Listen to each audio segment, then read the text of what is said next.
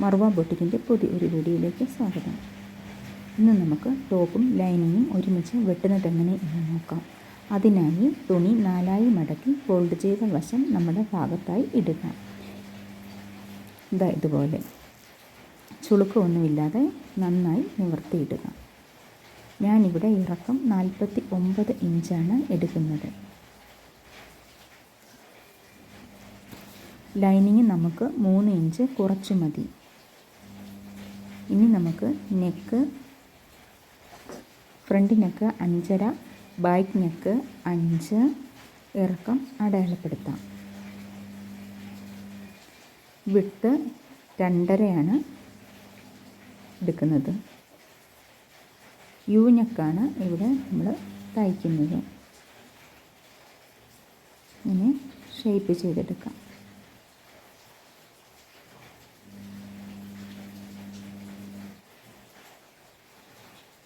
Shape ചെയ്തതിന് ശേഷം shoulder 4+3/4, 4/3 അടയാളപ്പെടുത്താം.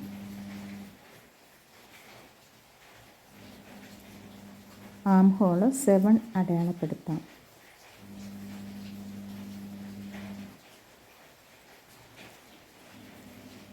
ഞാനിവിടെ അളവെടുക്കുമ്പോൾ പുറം വിരിവ് അളന്നെടുക്കാറുണ്ട്. അത് ആം ഹോളിൻ്റെ പകുതിയിൽ 3.5 ശരിയാണോ എന്ന് ചെക്ക് ചെയ്യും. പുറം വിരിവ് ഇതുപോലെ. ശേഷം ആം ഹോളിൻ്റെ പകുതി കൊണ്ട് തന്നെ നമ്മൾ കൈക്കുഴി ഇതുപോലെ ഷേപ്പ് ചെയ്തെടുക്കും.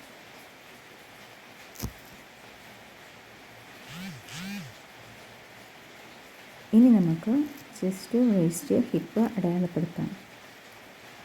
അത് ചെസ്റ്റ് അടയാളപ്പെടുത്തുന്നു. മുകളിൽ നിന്നും 14 മാറി വേസ്റ്റ് അടയാളപ്പെടുത്തുന്നു. 19 മാറി ഹിപ്പ് അടയാളപ്പെടുത്തുന്നു. 44 സൈസുള്ള ഒരാൾക്കാണ്. അതുകൊണ്ട് അതിൻ്റെ 4/1 11 ഇവിടെ അടയാളപ്പെടുത്തുന്നു. വേസ്റ്റ് വശം 42 അതുകൊണ്ട് 10.5 അടയാളപ്പെടുത്തുന്നു.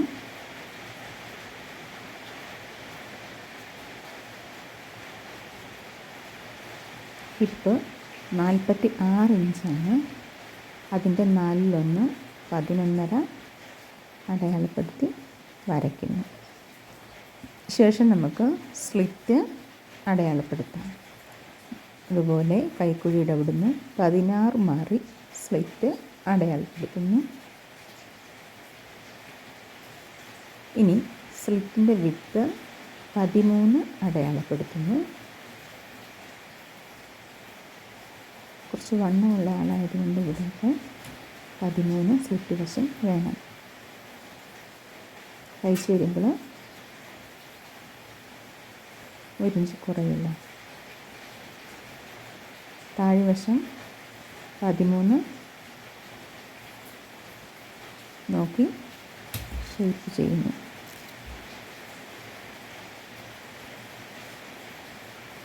ഇനി 1.5 ഇഞ്ച് എല്ലായിടത്തും നമ്മൾ തയ്യൽ തുമ്പ് ഇട്ട് കൊടുക്കുന്നു.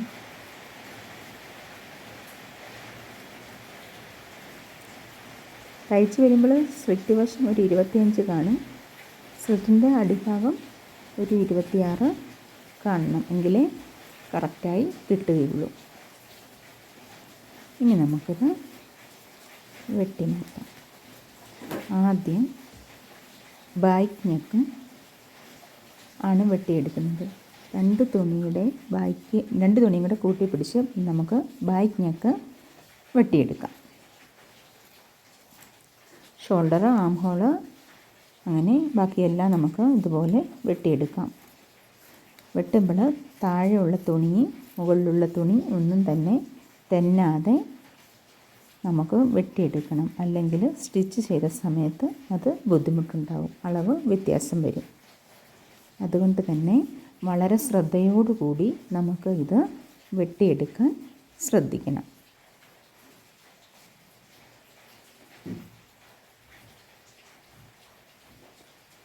തുണി മാർക്ക് ചെയ്യുമ്പോഴും ശ്രദ്ധിക്കണം. തുണി വെട്ടുമ്പോഴും നമ്മൾ ഒരുപാട് കാര്യങ്ങൾ ശ്രദ്ധിക്കേണ്ടതുണ്ട്. അപ്പോഴേ സ്റ്റിച്ച് ചെയ്യുമ്പോൾ പെർഫെക്റ്റായിട്ട് നമുക്ക് കിട്ടുകയുള്ളൂ.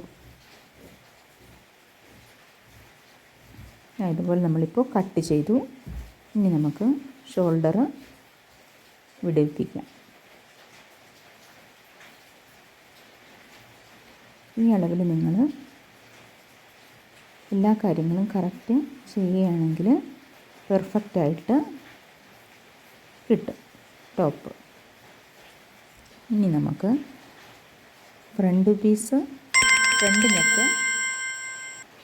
ഫ്രണ്ട് നെക്ക് നമുക്ക് ഇതുപോലെ വെട്ടിയെടുക്കാം. ഷോൾഡറെല്ലാം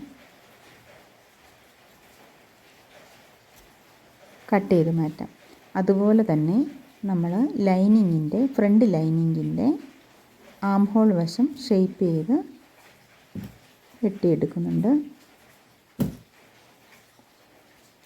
ടോപ്പിൻ്റെ തുണിയിൽ നമ്മൾ വെട്ടിയിട്ടില്ല. സ്റ്റിച്ച് ചെയ്യുന്ന സമയത്താണ് സാധാരണ ഞാൻ ഇത് രണ്ടും കൂടി വെട്ടാറുള്ളത്. ഇപ്പോൾ വീഡിയോയിൽ കാണിക്കാൻ വേണ്ടി വെട്ടിയതേ ഉള്ളൂ. ലൈനിങ് വെച്ച് തയ്ക്കുമ്പോൾ ഏതെങ്കിലും ഒരു പീസിലാണ് ഞാൻ സാധാരണ നെക്ക് കട്ട് ചെയ്യാറുള്ളത്.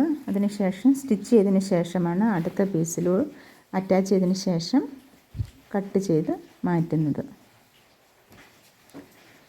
ഇനി നമുക്ക് കൈ വെട്ടിയെടുക്കാം. കയ്യിൽ ഞാൻ ലൈനിങ് സാധാരണ വെക്കാറില്ല.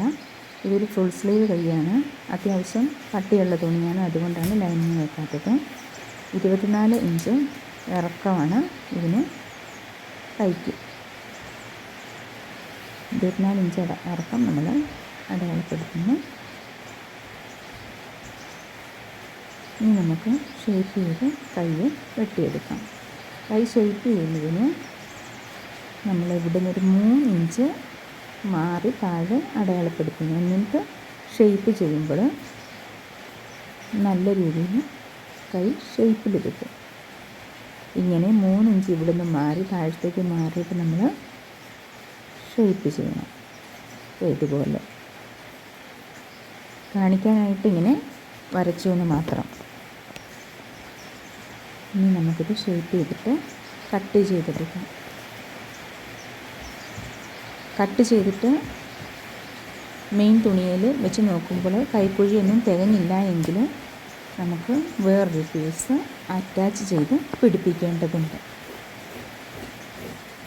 നിങ്ങൾക്ക് ഈ വീഡിയോ ഇഷ്ടപ്പെട്ടാൽ ലൈക്ക് ചെയ്യുക. എന്തെങ്കിലും വീഡിയോയുമായി സംശയങ്ങൾ ഉണ്ടെങ്കിൽ കമൻറ്റ് ബോക്സിൽ അറിയിക്കുക.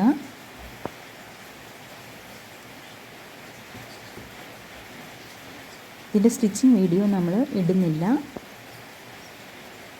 സ്റ്റിച്ചിങ് വീഡിയോയും കൂടി ഇടുമ്പോൾ ഒരുപാട് ലെങ്ത് ആയി പോകുന്നത് കൊണ്ടാണ്. Thank you so much.